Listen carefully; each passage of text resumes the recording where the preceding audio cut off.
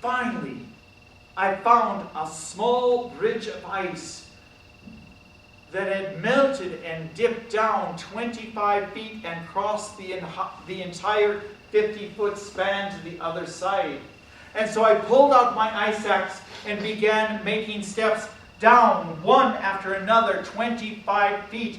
And as I made my way down, I finally got to the bridge itself. And there I shaved off the top.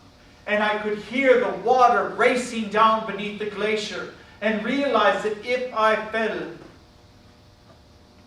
it would be a grim end indeed.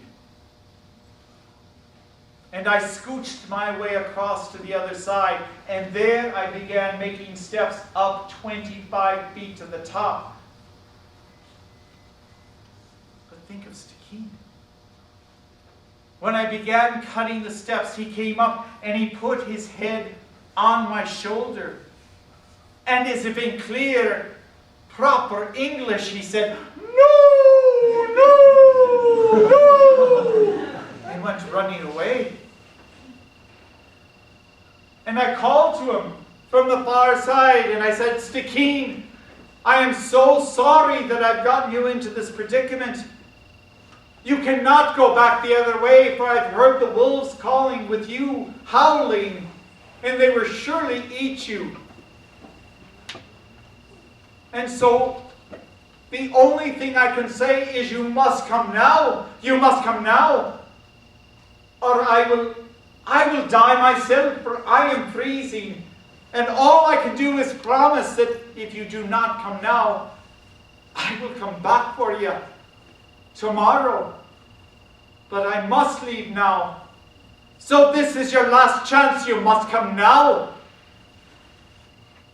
As if he understood every word I said. His little paws began creeping up to the edge of the ice, and his back paws came up behind him, and his front paws went over the lip down to the first step, and his back paws came over and down to the first step, and there he sat crouched and made it down to the next, down to the next, and the next, and the next, until he had made it 25 feet down. But then he had to cross the bridge itself, and the wind was howling in all directions. And as if he understood that every step he took would be his last, he made his way across the bridge itself. But it was there that I worried the most. For dogs are not good climbers on vertical ice.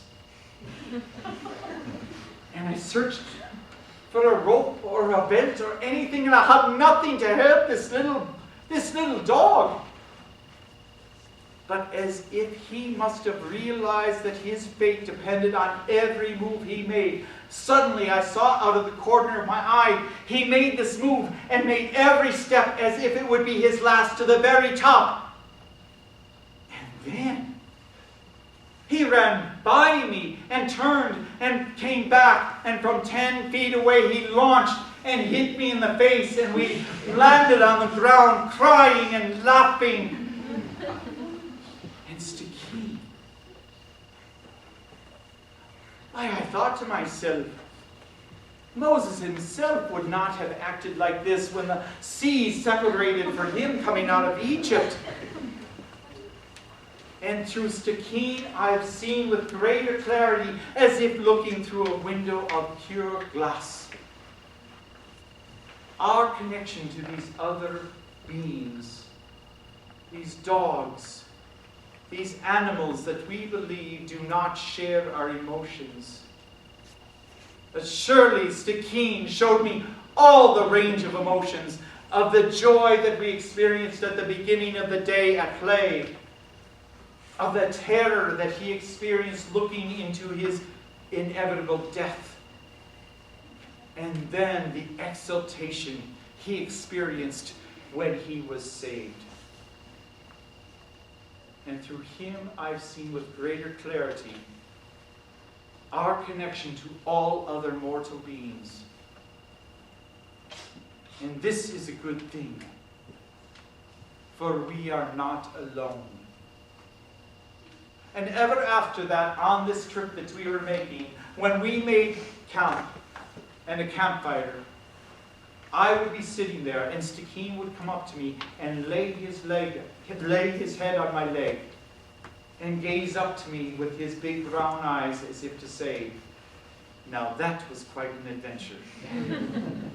May you all have safe adventures on your journey, and come back and share. Thank you so much.